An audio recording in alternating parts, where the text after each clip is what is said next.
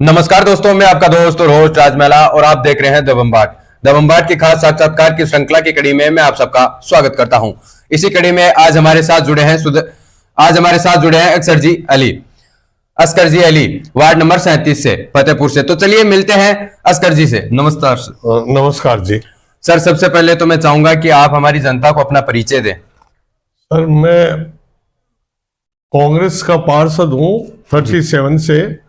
मेरा नाम अस्कर अली फौजी भी हूँ मैं। आप एक्स मैन भी हूँ जी। तो मैं अभी वार्ड नंबर 37 से चुनाव लड़ा था जी। तो मैं गफूर खां चेयरमैन है, कई सालों से उनको 90 वोटों से हराया था मैं जी। अभी मेरा 3 साल का पीरियड हो गया है जी। हाँ सर, आपके राजनीतिक करियर की शुरुआत कैसे हुई वो भी बताइए। मैं तो इधर नहीं रहता था, पहले आर्मी में था जी। फिर मैं गुजरात चला गया था, मेरा भारत पेट्रोलियम का था। मैं ऐसे ही कोई बात पे मैं खड़ा हुआ था जी। तो वो पहले 5 साल क्या चेयरमैन रहे हुए हैं, 20 साल पार्षद रहे। तो खाली ऐसे ही मैं शौक से ही था, मैं बोला मैं भी एक चुनाव लड़के देखो जी। तो बस वही मेरी एक थी। तो मैंने कांग्रेस का टिकट के लिए अप्लाई किया था जी। लेकिन कांग्रेस का वो टिकट उनको मिला, मैं निर्दलीय लड़ा जी। तो बस वो इतना ही था। मैं फिर 90 वोटों से मेरा वो जीत हुआ था। फिर मैं कांग्रेस में शामिल हो गया। मैं कांग्रेस का मैंने भी टिकट मांगा था जी जी। लेकिन मेरे बोला भाई टिकट हम इनको देंगे जी। तो फिर मैं मिस्टर आकम अली खां है हमारे एमएलए साहब, उनसे बात किया, बोला आपने भी टिकट मांगा, अभी आप कांग्रेस में आ जाओ जी। तो फिर मैं कांग्रेस में शामिल हो गया सर जी। हाँ जी। आपका शौक था राजनीतिक में आने का? नहीं, ऐसा शौक पूरा करते करते आप जन सेवा में लग गया सर मैं जी। अब आपकी विचारधारा कांग्रेस पार्टी से है? हाँ, अभी कांग्रेस पार्टी में कांग्रेस का ही था जी। और कांग्रेस से मैंने टिकट मांगा था, लेकिन वो बोले कि भाई इन्होंने 20 साल हो गया तो मैं इनको टिकट दूंगा, मेरे को नहीं दिया। फिर मैं निर्दलीय खड़ा हुआ जी। निर्दलीय जीतने के बाद में मैं वापस कांग्रेस में मैं शामिल हो गया जी जी। आपकी विचारधारा सामने वाली पार्टी से कहाँ टकरा जाती है सर? सामने वाली जैसे आपके विपक्ष में आपको लगता है कि नहीं उनकी विचारधारा अलग है, मेरी विचारधारा अलग है? नहीं, वो विचारधारा तो कुछ ऐसा ही था। उन्होंने सब लोगों ने बात किया कि भाई आप समाधान कर लो जी। वो बोले इसके 50 वोट आएंगे और आएंगे, लेकिन मैं अभी क्या है कि विचारधारा में वो है कि मैं अभी जो भी काम होता है और है मैं खुद जाता हूँ जी। मोहल्ले में कोई भी ये काम होता है, कुछ सफाई का है, कुछ लाइट का है, मैं खुद उनको घर पे नहीं बुलाता हूँ, मैं खुद आता हूँ, साइड पे जाके देखता हूँ। अभी जैसे आपने पानी का मेरे को ये जैन साहब ने फोन किया जी। मैं उनको फोन किया और खड़ा रह के मैं करा रहा था, अभी ये बोले मैं कल भेज दूंगा। ऐसा मैं क्या कि जन संपर्क में रहता हूँ सर। पहले मैंने देश की सेवा किया, अब मैं मोहल्ले की सेवा कर रहा हूँ साहब जी। आपके विपक्ष में बीजेपी पार्टी में भी नेता हैं, तो आप बताइए स्थानीय नेताओं के बारे में थोड़ा बताइए, उनका रवैया कैसा है? देखो, बीजेपी से मेरा इतना ताल्लुक नहीं है, मैं पहली बार ही चुनाव लड़ा था जी। और मैं कांग्रेस का से जुड़ा हूँ साहब जी। और मैं कांग्रेस की भावना रखता हूँ जी जी। और अभी भी जैसे मैं आकम खां के साथ रहा हूँ और आकम खां को जो मैंने बोला तो मेरे को 20 लाख का ये सामने पार्क बन रहा है जी।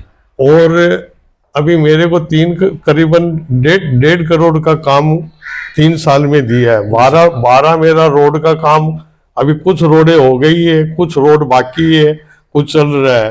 तो ऐसा है कि भाई मैं जैसा उनको बोलता हूँ, अभी वो जैसा भी कहे कि मेरी कोई समस्या होती है तो मैं उनसे बात करता हूँ जी। मैं उनसे डायरेक्ट बात करता हूँ, बीच में चेयरमैन से कोई मेरा मतलब है।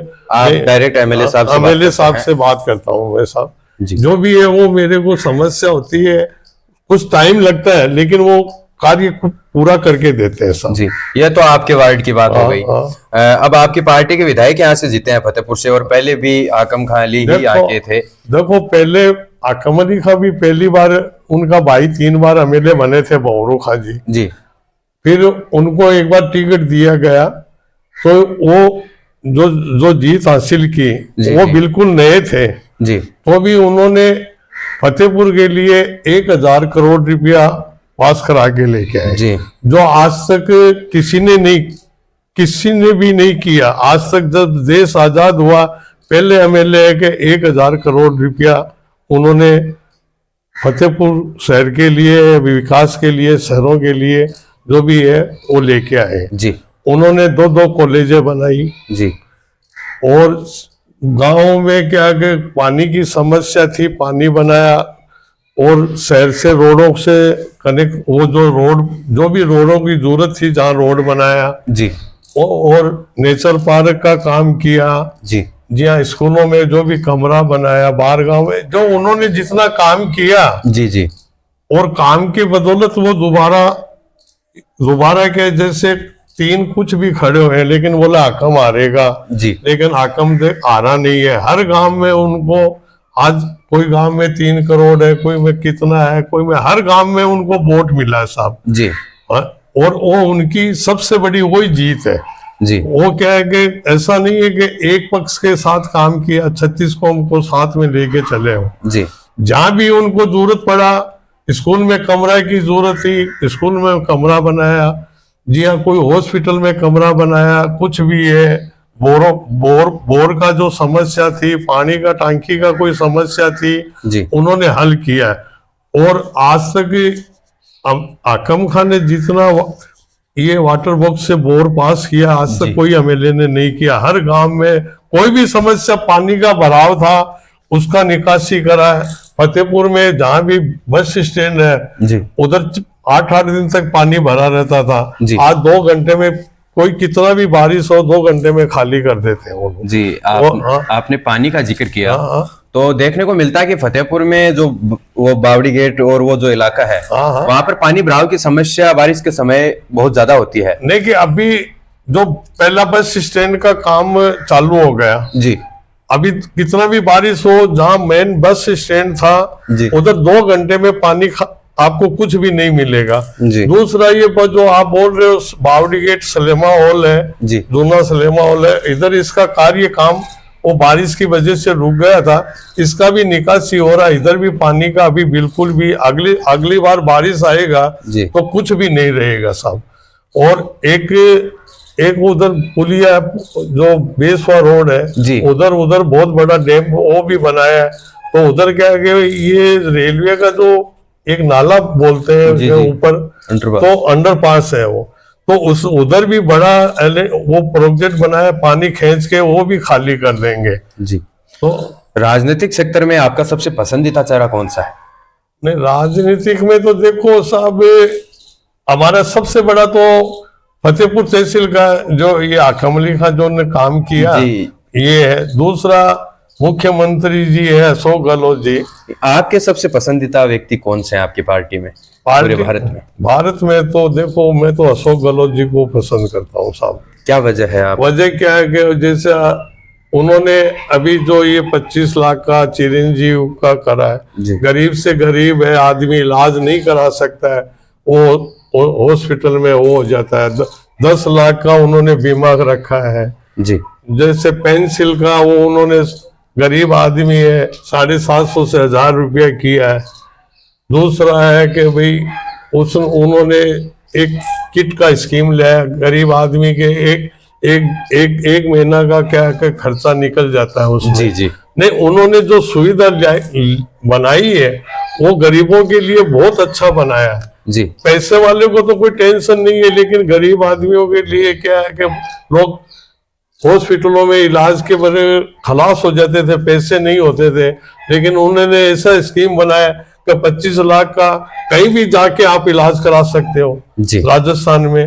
तो वो क्या है कि उन्होंने बहुत अच्छी स्कीमें लाई, लेकिन अभी लोगों ने नहीं पसंद किया, उसकी वजह से वो भाई कांग्रेस का नहीं हुआ तो देखा जाएगा, लेकिन उन्होंने स्कीम बहुत अच्छा किया था।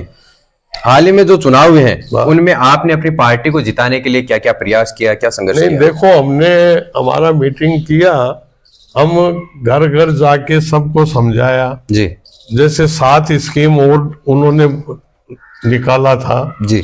और पहले भी चिरंजीव का है, वो है, पेंसिल का है, बसों में रोडवेजों में उनका लेडीज का आधा किराया था वो समझाया था। अभी वो जो ये 1000 रुपया उनको 12 महीने का क्या है कि वो स्कीम लाए थे वो सब जाके समझाया। अभी उनको हर घर जाके हमने लेडीजों को जाके बैठ के समझा गया कि भाई ये देखो 7 स्कीम हो रहे, आपको 500 रुपया में सिलेंडर मिलेगा, वो है सब है स्कीमें सब बताया। आगे तुम्हारे को क्या कि जैसे अपने को चिरंजीवी का लाभ मिल रहा है वो मिल रहा है तो आप क्या कांग्रेस को वोट दो। लेकिन हमारे जो तहसील में फतेहपुर जो सीकर चूरू जिला शेखावाटी में है ना 17 MLA जीते हैं साहब जी। अभी देखो सबसे ज्यादा इधर इतना वो असर शेखावाटी एरिया में है, चूरू सीकर और झुंझुनू जी, ये इनमें 17 MLA जीत के आए साहब 25 में से जी। आपने लोगों को जाकर बताया, स्कीमों के बारे में बताया, उन्होंने आप पे विश्वास किया और आपको वोट डाले, आपकी पार्टी को वोट दिया। जो 7 स्कीमें आप बता रहे थे तो क्या अब उनको उनका लाभ मिलेगा? क्योंकि सरकार अब राजस्थान में बीजेपी अभी की तो है। देखो साहब कोई मैं समझता नहीं मिलेगा जी। जो हमने कांग्रेस से वादा किया था कि भाई कांग्रेस आएगी तो ये 7 स्कीम आपको और देंगे जी, लेकिन अभी जैसे कांग्रेस की सरकार नहीं आई जी, तो इसकी वजह से जैसे स्मार्टफोन औरतों को दिया अशोक गहलोत जी ने जी, फिर भी वादा किया कि जो खाद्य सुरक्षा से जुड़े हुए हैं जी, उनको मेरी सरकार आएगी तो मैं दोबारा सबको फोन दूंगा जी। लेकिन अभी मैं समझता हूँ कि भाई अभी ये स्कीम तो नहीं लागू होएगी जी। अभी जो अशोक गहलोत जी ने लागू किया था वो भी शायद बंद भी हो सकती है। कोई क्या है कि अभी बीजेपी की सरकार आई है वो अपना क्या स्कीम लेके आवे, अगर वो चालू भी रख सकते हैं कि 500 महीने में लोकसभा का चुनाव है जी, तो उसमें क्या है कि 5 महीने और बचे हैं जी, तो उसमें चालू भी रख सकते हैं बंद भी कर सकते हैं, वो उनके ऊपर है साहब जी। आप युवाओं को कोई संदेश देना चाहते हैं तो वो भी आप हमारे चैनल के माध्यम से दे सकते हैं। नहीं, युवाओं को तो हमने यही दिया था कि भाई देखो कोई भी है, कोई वर्कर है, कुछ भी है, कोई भी काम करो वो करो जी। वो 1 मिनट जब वो क्या है कि मैं उनको यही बोला था कि भाई कोई भी युवा है साथ दो, कोई भी स्कीम लाओ या एजुकेशन में ध्यान दो, वो दो, ऐसा कि भाई युवा जो पढ़ रहे हैं उनको एजुकेशन में जाना चाहिए जी। आज एजुकेशन बहुत बड़ा महत्व है जी, एजुकेशन बगैर कुछ भी नहीं है साहब। जो मैं युवाओं को बोलता हूँ कि फालतू में नहीं आके अपना एजुकेशन में ध्यान दो जी। जो एजुकेशन में आप पढ़ोगे तो आगे बढ़ोगे, नहीं तो नहीं पढ़ना है तो वो कहेंगे फिर आगे जाके मुश्किल है, बेरोजगारी बहुत बढ़ जाएगी जी। दोस्तों ये थे आज हमारे साथ अक्षर जी अली, वार्ड नंबर 37 से फतेहपुर से। इनसे मिलकर आपको कैसा लगा आप हमें कमेंट बॉक्स में जरूर बताना और देखते रहिए दबंबाट, हम मिलाते हैं आपको नई हस्तियों से। आज के लिए इतना ही, मिलते हैं जल्दी, तब तक के लिए धन्यवाद।